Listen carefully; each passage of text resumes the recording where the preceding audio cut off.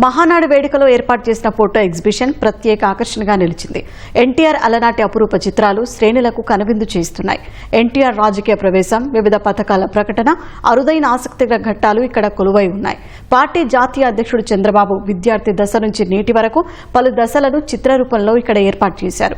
చంద్రబాబు రాజకీయ ప్రస్థానానికి సంబంధించి ఇక్కడ ఎన్నో అరుదైన చిత్రాలు కొలువు తీరాయి. లోకేష్ యువగలం ప్రభంజన ఘట్టాలకు ఈసారి ఫోటో ఎగ్జిబిషన్లో చోటు కల్పించారు. ఈసారి డిజిటల్ రూపంలో ఆకట్టుకుంటున్న ఫోటో ఎగ్జిబిషన్ విశేషాలు ఇప్పుడు చూద్దాం. మహానాడు ప్రాంగణంలో ప్రతి ఏటా ఏర్పాటు చేసే ఫోటో ఎగ్జిబిషన్కు ప్రత్యేకత ఉంటుంది.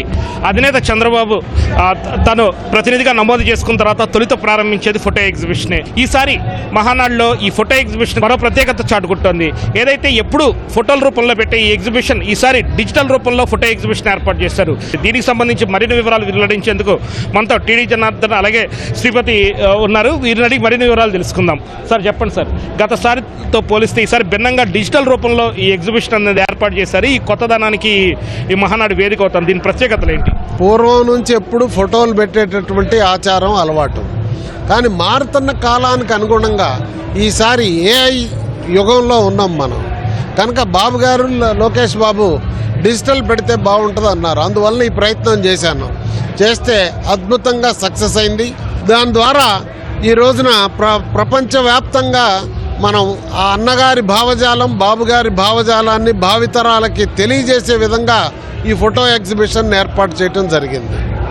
అంటే ఎప్పుడు చంద్రబాబు ఎన్టీఆర్ మాత్రమే చూడండి, ఫోటో ఎగ్జిబిషన్లో తాజాగా యువగలానికి సంబంధించిన విశేషాలు కూడా పెట్టారు. వీటి ప్రత్యేకతలు ఏంటి? మరి ఇప్పుడు లోకేష్ బాబు కూడా రాజకీయాల్లోకి వచ్చిన తర్వాత ఆయన కూడా అవిశ్రాంతమైనటువంటి పోరాటం చేస్తూ ఉన్నాడు ప్రజా సమస్యల మీద.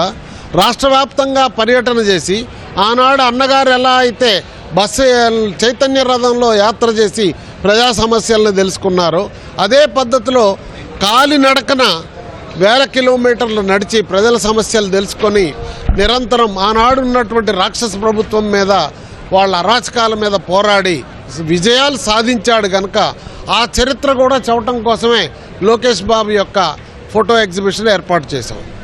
దాదాపు ఈ అన్నగారు, బాబుగారు, లోకేష్ బాబు కలిపి సుమారు 900 పైన ఫోటోల్ని పెట్టాం. సతీష్ గారు, మీరు చెప్పండి సార్, మీ నాన్నగారి హయాం నుంచి శ్రీపతి రాజేశ్వర గారు ఏదైతే ఎన్టీఆర్ అభిమాన సంఘం అధ్యక్షుడిగా ఈ ఫోటో ఎగ్జిబిషన్ అనేది మహానాడులో ఏర్పాటు చేయాలని చెప్పి ఒక రూపశిల్పి ఆయన అప్పటి నుంచి ఇన్నేళ్ళుగా కొనసాగిస్తూ వస్తున్నారు. ఆయన తనయుడిగా మీరు కూడా ఇందులో పాత్ర పోషిస్తున్నారు. దీని ప్రత్యేకతలు ఏంటి? దీని ప్రత్యేకత ఏంటంటే అన్నగారు నటించిన మొదటి సినిమా నుండి ఆఖరి సినిమా వరకు కూడా మేము ఎప్పుడు కూడా ఏర్పాటు చేయడం జరుగుతుండే ఫోటోస్. నాన్నగారికి ఏంటంటే 1983వ సంవత్సరంలో మొట్టమొదటి మహానాడులో అన్నగారితో అడగడం జరిగింది. అన్న, మహానాడులో నేను ఎన్టీఆర్ ఫోటో ఎగ్జిబిషన్ ఏర్పాటు చేయాలనుకుంటున్నా, కాబట్టి మీ యొక్క అనుమతి కావాలన్న వరకు ఇమీడియట్గా అన్నగారు ఏంటంటే ఓకే బ్రదర్ ప్రొసీడ్ కండి అని చెప్పేసి అప్పటి క్లియరెన్స్ చేయడం జరిగింది. అప్పటి నుండి కూడా ప్రతి ఏటా, అంటే ఇది 43వ మహానాడు, అంటే 42 సంవత్సరాల వరకు కూడా ఫొటోస్ పెట్టి మనం ఎగ్జిబిషన్ ఏర్పాటు చేయడం జరుగుతుండే. ఈ 43వ మహానాడులో డిజిటల్ ఫార్మాట్లో పెట్టాలన్న ఒక ఉద్దేశంతో జనార్దన్ అన్న గారి సహకారంతో వారు దీనికి మెయిన్ జనార్దన్ అన్న గారి సహకారం లేకపోతే ఎగ్జిబిషన్ ఏర్పాటు చేయడం జరగకపోతుండే. ఎందుకంటే డిజిటల్ ఫార్మాట్లో చేద్దాం తమ్ముడు మనం అందరం కలిసి అంటే ఓకే అన్న. కాబట్టి ఇదంతా కూడా జనార్దన్ అన్న గారికి ఈ క్రెడిట్ చెందుతుందని చెప్పి సందర్భంగా తెలియజేస్తూ వచ్చే ప్రజలు కూడా ఈ కొత్త ఫార్మాట్ని చూసి చాలా ఆనందిస్తున్నారు వాళ్ళు అన్నీ కూడా. ఎందుకంటే ఈసారి కొత్తగా ఏంటంటే లోకేష్ గారి యువగలం యొక్క పాదయాత్రది కూడా ఇక్కడ ఏర్పాటు చేయడం జరిగింది. అలాగే బుక్ స్టాల్ కూడా ఏర్పాటు చేయడం జరిగింది. కాబట్టి వచ్చిన ప్రతి ఒక్కరు కూడా ఈ ఎగ్జిబిషన్లోకి వచ్చిన తర్వాత చూసి ఆనందించి బయటకు వెళ్తున్నారని చెప్పి సందర్భంగా తెలియజేస్తున్నాను. ఇది ఎన్టీఆర్, చంద్రబాబు అలాగే లోకేష్లకు సంబంధించి ఏర్పాటు చేసిన ఫోటోస్ ఎగ్జిబిషన్ విశేషాలు. కెమెరా పర్సన్ MSNతో VSN Krishna, ETV news, Kadapa నుంచి.